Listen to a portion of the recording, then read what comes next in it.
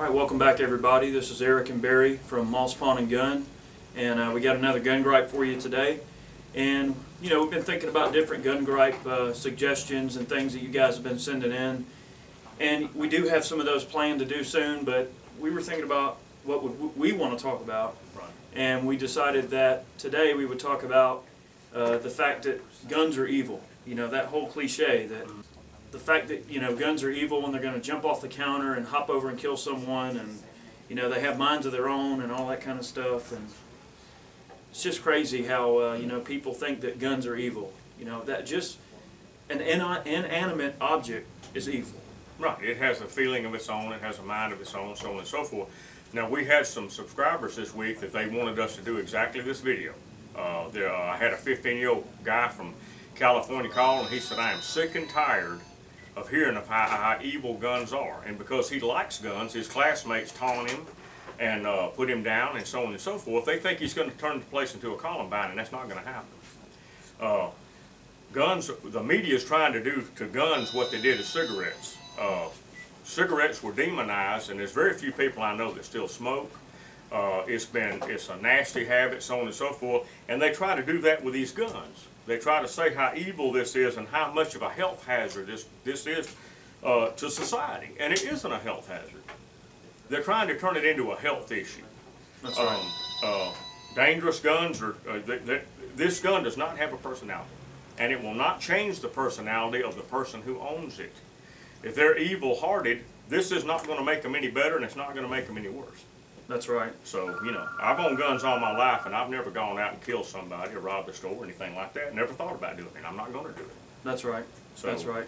And I think that what it comes down to also is someone's mindset and how they are as people and their hearts and minds and where they're at in their life. They're going to do what they need to do regardless of what tools they use. Right. If somebody wants somebody dead, they're going to kill them with a pickaxe or a knife or, you know, a baseball bat or whatever. It's not the tool. It's the person. And, you know, I've just always thought it's so stupid that people call guns evil. You know, they're inanimate objects. If I take this SIG 716 patrol rifle and I set it right here on the counter, okay, and I walk away and I don't return to this spot for 100 years and nobody touches it, it's going to be rusted away into nothing where it just sat unused. You know, and that's one of those things. You can't just call an inanimate object evil. You know, it doesn't have a mind of its own. It's not going to load itself. It's not going to point itself. That's the person that has to do that. And I know it seems so silly, but, you know, in the media, they actually, you know, honestly think that guns are evil, like, are inheritedly evil, like some kind of, you know, object that is objectified as being evil. Well, as a classic example, I had two customers less than an hour ago. This is legal to own? You can actually own this thing? Well, yeah, it's no more. This is a semi-automatic rifle. It is no more evil than a 1022 or a Marlin Model 60. It just looks this way. You can't, you know. But I have customers every day. These guns are legal to own. Well, we wouldn't be selling them if they weren't, would we? And that's all, you know, all this BS that, you know, the public school system, the education system. Again, we come back to the media, all of these entities like that. I mean, that's something that they are pushing on the average person. They want the average person to believe that it's illegal to own guns, that it's illegal to have semi-automatics, that it's illegal to own suppressors, that it's illegal to own machine guns, when nothing could be further than the truth.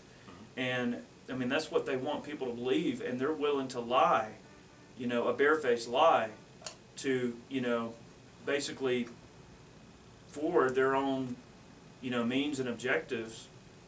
It's an indoctrination of society. I mean, they want to turn people into a bunch of mindless sheep that'll do whatever they're told and believe whatever they're told. Right, and a lot of people believe that, but that's not really the case with the majority of Americans. That's right. And these guns are no more illegal to own than any other weapon or firearm or whatever you want to call it. This Walmart is selling these guns now, the AR-15, but they call it a modern sporting weapon, sporting rifle.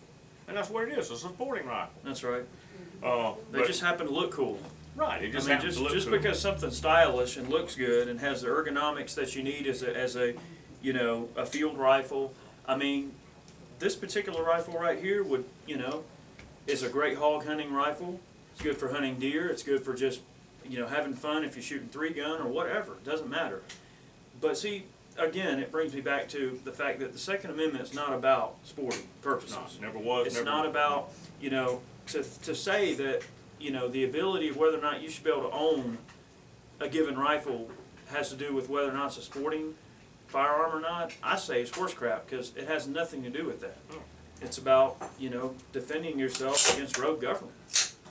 And if we need these kind of weaponry or these kind of rifles to do that, then so be it. Well, what is a sport? I mean, if there's no sporting purpose for this, we'll create a sport. That's You right. could call it the 75 round AK Sports Shooting Association. Right. You can always form a club. You can always make it a sporting purpose. But like Eric said, this was never intended. The founding fathers never intended the Second Amendment to protect hunting. It's to protect the citizen from a tyrannical government if it ever got too big for its britches. That's right. And the founding fathers said that themselves. When the government gets out of control, you take the government back. Yeah. Well, see, the reason I don't think hunting was ever, a big issue is because back then it was just such a normal way of life. Right, everybody hunted to live. Yeah, I mean, That was a way of life. Hunting was just a part of owning guns back then. Now, granted, we live in a society nowadays where people don't have to, hunt animals in order to live on a day-to-day basis. We are a little bit spoiled. You can go to the store, buy your meat, buy your vegetables. You can get what you need from the store and not ever have to set foot in the woods or in your yard or anywhere to kill game or raise food. And I believe people, kind of start to get a little bit jaded from that. They're used to being able to go to the store, get what they need, and not have to take it from nature like we, normally have. And, our founding fathers in those days, it was common for you to grab your rifle and go out the door and kill food for the day, or whether it was rabbits or squirrels or small game or whatever, or deer. Right, it wasn't for sport then, it was a necessity. Right. They knew that owning guns for the common man was an incredibly instrumental part of being free. Correct. And they saw that under, the tyranny of Great Britain at the time. And they saw that to be a very fundamental part of being in a free society would be free men, not being subjects, being free men. And part of being a free person is not asking permission. It's your right to own a gun. And don't let anybody demonize that. Don't let anybody call you evil for doing it. Don't let anybody label the gun as being evil. Because, it's kind of like blaming a fork for someone being fat. No. It's the same terminology. Mm-hmm.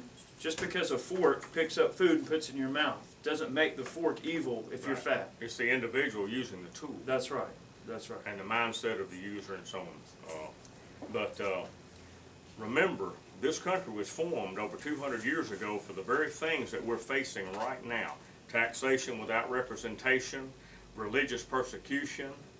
That's what this country began as. And we're facing the same problems that our forefathers did when they told the King of England to go take a flying leap.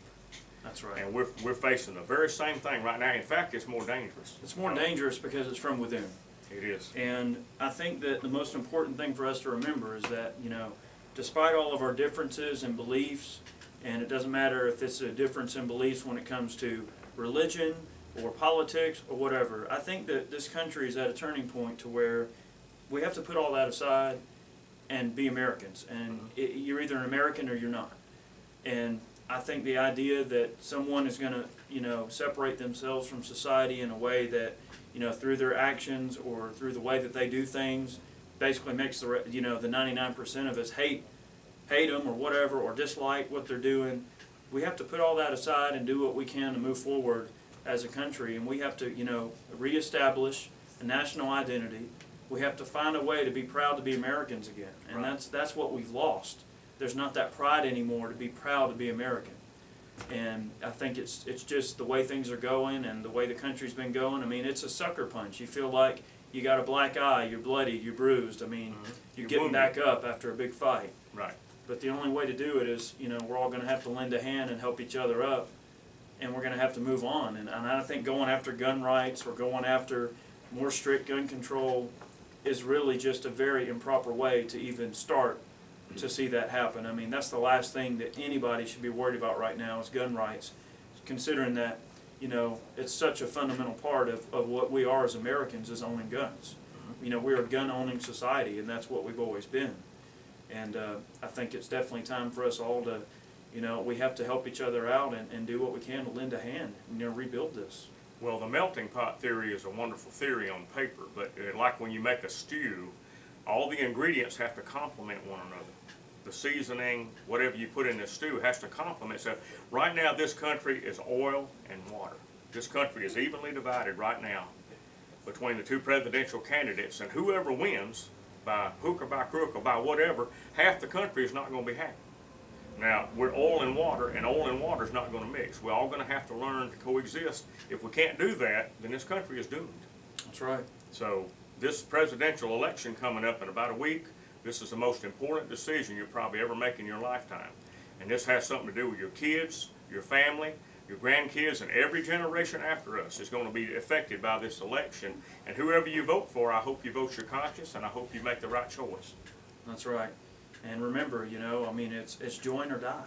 That's it. You know, in the original 13 colonies, that was part of their, you know, their outlook on things. I mean, sure, they could have went their separate ways and did what they did, but they decided that, you know, the original 13 colonies, they united and they survived and they stood up for what they believed in. And as a country at the time, as a group, you know, they fought for what they believed in at the time. And I strongly believe in that. I mean, we're at that now. It's unite or die.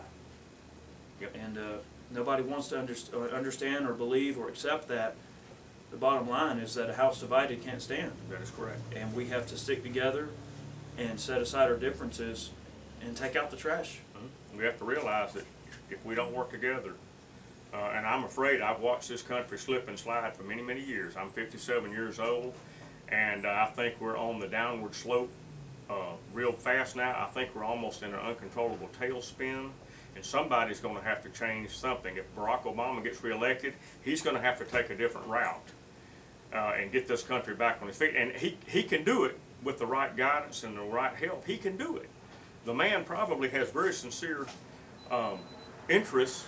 I'm sure he's concerned about this country, but you know, we've got to get somebody in there that's going to be a leader, and I don't feel like I have a leader right now.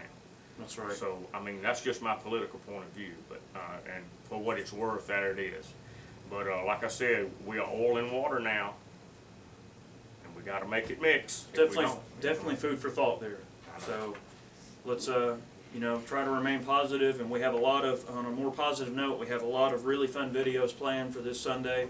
A lot of things are going to be trickling down the pipeline that I promise you guys are going to enjoy. Right. But we do have a little Halloween festivities planned that you guys will enjoy. We're going to have some fun on Halloween, okay? Most certainly.